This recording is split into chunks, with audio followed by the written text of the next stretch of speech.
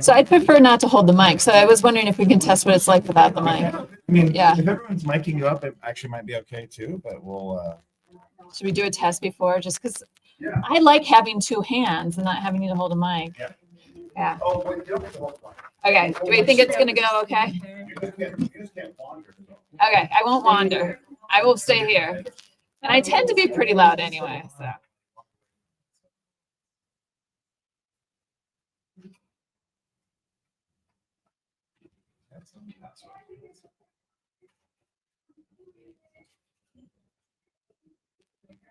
Are you gonna update the firmware? Oh, there you go. Firmware updated. Balance restored. Gonna see if we got anything else. Oh, hi, welcome.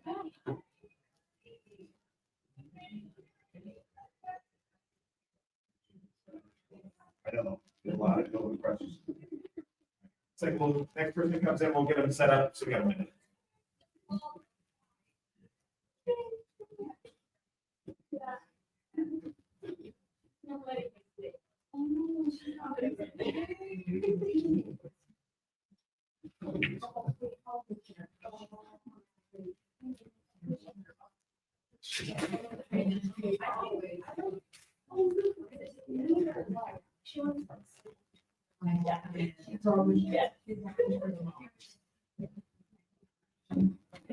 You're welcome to.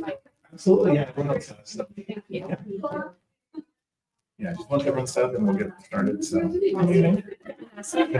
right, Joe Doherty, nice to meet you.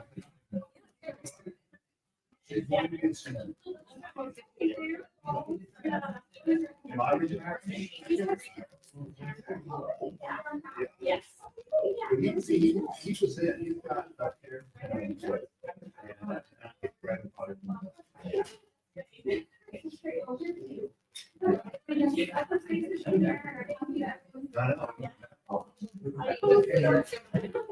Okay.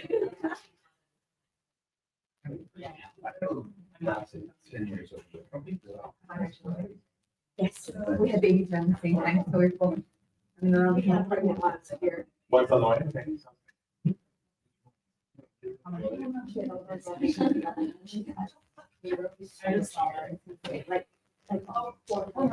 And I go to the, like, her with 5, which is false.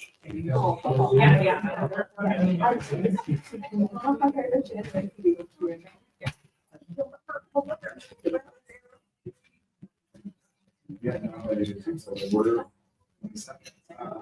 Let's see. We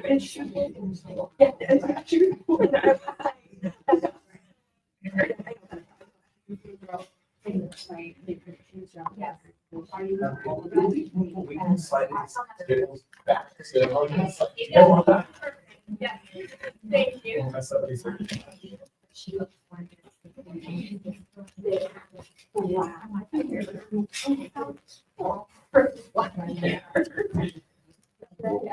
Standing room.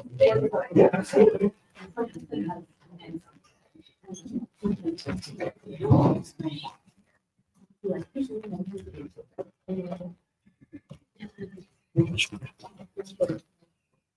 Eyebrows. These babies don't get better. Yeah.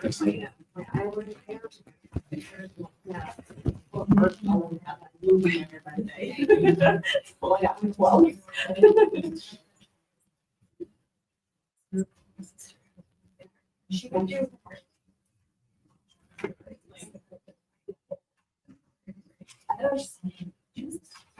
I saw this video and I saw my sister's affection. My sister is a long.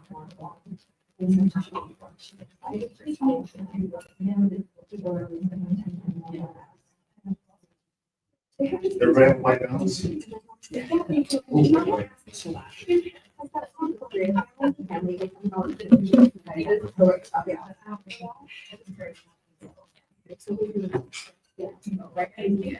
Yeah. Long and like long and I said, I see you there. My sister was like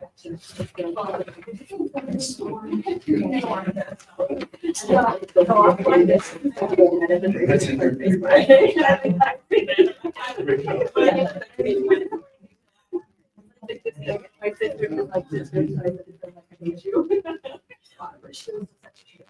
Okay, we need to check sound at all up there. Maybe I should have you say your name, because we have different words and voices. Hello, how does this sound? Is the sound coming through well? Yeah. Okay. I'm generally pretty loud, so. Okay. Good. Is that good enough? Are you still need a little more? I'm good. Good? Okay. Thumbs up on everyone. Cool. All right. Does everyone feel good and ready? Everybody? Okay. As ready as we can be. Excellent. Okay. Well, welcome to the Department of Health and Human Services. My name is Joe Doherty. I'm the Communications Director for the department. Today, we're going to be providing another update on measles in Utah. And today we have one spokesperson for you. It's Dr. Leisha Nolan. It's Leisha. Last name is spelled Nolen. And she is our state epidemiologist. And so she'll provide an update and be here to answer any of your questions. So thank you. Yeah, thank you all for coming. So the information we want to share today is that we do have 2 additional cases. So that brings us up to 5 people in Utah who have been identified who are infected with measles.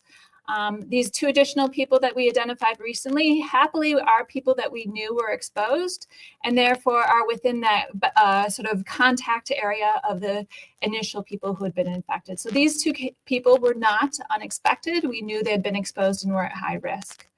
What is concerning to us is that we now have a number of people who have more severe disease. We have found that 2 of the people who are infected have had to go to the hospital and stay at least overnight. That is very concerning to us. We certainly want to have as minimal infections as we can here in Utah and as mild. So to know that 2 out of 5 people had to go to the hospital for their measles infections is quite concerning to us. In addition, we also did learn that 2 of these people are pregnant. And that brings up a very high concern because it is not just a risk to the mother, but it is a risk to the baby. We really want to get the message out that if anybody is considering becoming pregnant, that they go and check that they are vaccinated. And if they are not vaccinated, to get the vaccine, because it is a vaccine that can be given before pregnancy, but not during pregnancy. And people who are pregnant, if they get measles, they're much more likely to get severe infections, much more likely to go to the hospital. And unfortunately, they're also much more likely to have premature birth or even lose the baby. So we certainly want to encourage people to take precautions to protect themselves and their unborn infants if they are thinking of getting pregnant. So with that brief update, I'm happy to give you answer any questions. We expect we will see additional cases. We know there were a number of people who were exposed to those initial people who had measles. A lot of them were family members or close contacts. Many of them are not protected by vaccines, so we expect a number of them will also become infected with measles. So we are in close contact with those individuals. We do expect additional infections because of that. We also do believe there are a number of infections in Utah that are undetected. So we think there will be additional people who are identified over the coming weeks. And I guess at what point does the spread of this infection kind of become unusual where people should really start to become concerned? Well, first I want to say that most Utahns are protected. So for 90% of Utahns, we are protected because we've gotten the vaccine. And so for most of us, there is not a need for significant concern. I do think the people who are unvaccinated, it is a time to start really talking to your doctor, talking and thinking about what the risks are to you and your family. I was just talking to somebody earlier about how stressful it is to be pregnant and how difficult it is to not know what's coming. To get that vaccine can take out one of those stresses for you. And I really would encourage people to consider doing that to protect themselves and also to not have to worry. The 90% of Utahns that you said are vaccinated, is there a worry for those Utahns? So certainly if you're vaccinated, you're exceptionally well protected, but nothing is 100%. I think that we can say that for everything in life. This vaccine is exceptionally good, but we know there can be people who get infected even after they've had the vaccine. Those people tend to have a much more mild infection. They don't have to go to the hospital. They get over it much more rapidly, and they don't pass it on to other people.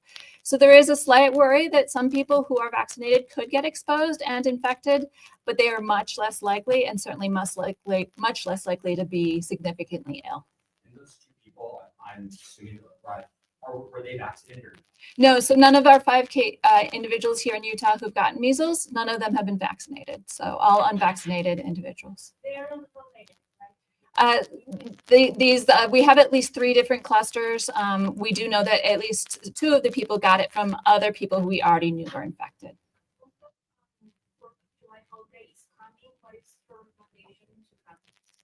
Sorry, I didn't hear the first part.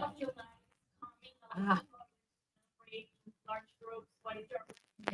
Yeah, with the upcoming 4th of July holiday, or really any holiday, first we'd encourage, if you're sick, to stay home. Don't go over and expose other people. That's not just true for measles, it's for everything, right? So certainly, if you're going to go out in a crowd, we encourage you to try to get as much protection as you can. Certainly, vaccine's the best approach, but just to be aware of what other people's symptoms are and try to limit exposures.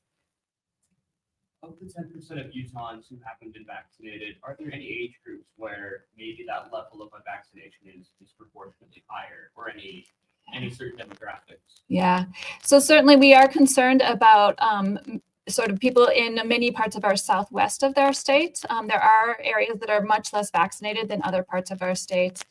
We do have data on our website that shows breakdowns by school throughout Utah.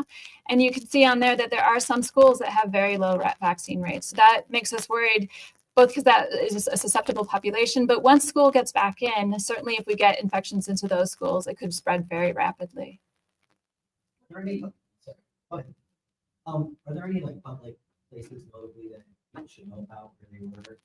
So at this time, the only public exposures we have identified are those 2 clinics that were identified earlier, well, actually late last week. At this time, we don't have additional exposure locations for the public.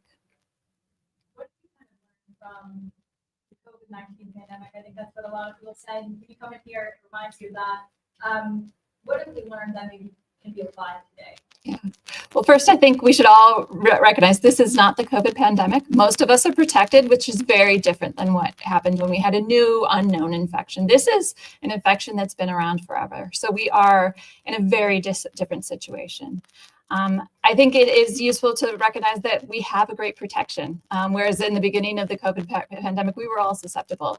Right now, we all have the protection that we could. The only people who don't have that protection are people who are under 1 year of age. So our little babies, they don't have the option to get that vaccine yet. Their immune systems aren't developed enough to benefit from the vaccine, so they need to wait till they're 1 year old to get it, which means those are the people who are most susceptible in our society. And really, we want to protect them. And to do that, it's best to surround them by protected adults. So having everybody vaccinated around a baby is the best way to protect a baby. Is this a lifetime vaccination? As a kid, like, you don't do it? Yeah, so the data shows that we are really well protected through our lives. Most of us have gotten the vaccine when we were 1 year old and then about 4 years old. And that gives us protection really throughout our lives. There is certainly, there was a change at first. I think some of us older in the group only got 1 dose when we were really little. As time went on, we realized, oh yeah, it's good to get 2 doses. So with that 4-year-old dose was added on. We could realize we need another dose, but at this time, it looks like it's a very good vaccine through life. Regarding the minor who's been infected, I'm wondering if you could share their age, or at least a closer age range as to how old they are, and also what additional risks minors face when they are infected with measles compared to an adult. Yeah, so actually, I'm not going to share additional information about their age, but it is someone who is a minor. We are specifically concerned about minors because we know the younger kids are more likely to be hospitalized. So that is a group we always are concerned about. Happily, I think this person is doing very well. In fact, I should say all of our individuals seem to be improving and are doing well. Those that were hospitalized were able to be released fairly quickly. But certainly we don't want our kids to get sick. We know that kids get hit hard by a lot of different infections, and measles is one of those. Hospitalized with symptoms or Yeah. So in general, hospitalization most often for measles is related to pneumonia. It gets an infection that goes into your lungs and causes difficulty breathing. But a number of other things can happen. People can have such high fevers or such difficulty eating food that they actually get dehydrated. In severe cases, it can go and infect somebody's brain and cause problems with thinking and get really serious brain infections. So there are a whole range of these types. I'm happy to say the patients we have had more on the minor side, but they were still significantly ill and they did need that hospital attention. So it is concerning that this is happening when we only have identified 5 people who have measles. When was the last time somebody in Utah? So we had a traveler come back to Utah with measles from a foreign country about 2 years ago. That person did not spread it to anyone else, so it was a very limited event. Can you talk about, like, if you are sick, and you think it's this, like, what should you do? Just show up at the clinic? So certainly we encourage people who think they might have measles, have symptoms that they're suggesting of measles or that they were exposed to someone with measles and now are feeling not great. We really encourage them to call into their clinic, to talk to their doctor, let them know what's going on. We really encourage them, if they do need medical care, to call ahead. We don't want someone with measles to walk into a waiting room and expose everybody else in the waiting room to measles. There might be little babies there who are going to be really susceptible. So we encourage people to call ahead if they're sick. Also, we do encourage people. I know that there is some people who will try to ride this out at home. We encourage people to seek out help if them or their child is having a hard time breathing, if they're a hard time keeping liquids down, if they're keeping to have super high fevers. What was the first kind of symptoms that you noticed before they, is there like, who knows, somebody might be like, oh, it's cold. Yeah. Yeah. What kind of Yeah. So unfortunately, measles does start out looking a fair bit like a cold. It starts out with a fever and people get a cough, a red eyes, runny nose, which I think we can all say sounds like many colds out there. What really starts to make it very clear that it's measles is when people get the rash. The rash is something that usually starts along their hairline and spreads down their face and across their body. But I think a hint that is really strong is whether or not somebody's been around someone with measles. Certainly we know, we've talked to a number of our individuals who have measles and they told us that they were around communities where there was measles and they thought that other people had measles. So that's what really caused them to contact us even very early in their infection. Is there any way for people to find out if they came in contact with somebody who has measles, besides like, you know, like media? Like, is there like, I know with COVID, there was a thing on phone that says you've been exposed, you've been exposed to it. Is there anything like that? At this time, we don't have any social media or technology to be able to track people who have measles. It's probably going to be unlikely to do that because even when we have a lot of cases in Utah, it will not be anything nearly as common as what happened with COVID. So I think the best way, if you really are concerned that you were exposed to someone with measles and you start to have symptoms, talk to your doctor, but you also could talk to your health department. You can contact either us here at the state or at your local health department and maybe give them information about where you think you might have been exposed. And we have information that we could see whether or not that looks like a risk or not. Other than suggesting that people who believe they might be infected with measles call ahead of visiting a clinic or doctor's office or urgent care, are there anything that those facilities should do to try to maybe prevent the spread if someone comes in and they haven't called ahead? Like, are there any precautions? Yeah, so we've been working extensively with our different healthcare systems across the state, actually for months, because we were expecting this to arrive. And so we have worked with them to identify procedures so that they don't have people with measles-like symptoms sit in the waiting room. Many of them, I believe, have put up posters where it is, if you have these symptoms, please tell us right away or go to this alternate entrance. So they've trained their staff, even at the very initial where you put in your name and symptoms at the front desk, to quickly identify those people and get them out of the waiting room and into special areas.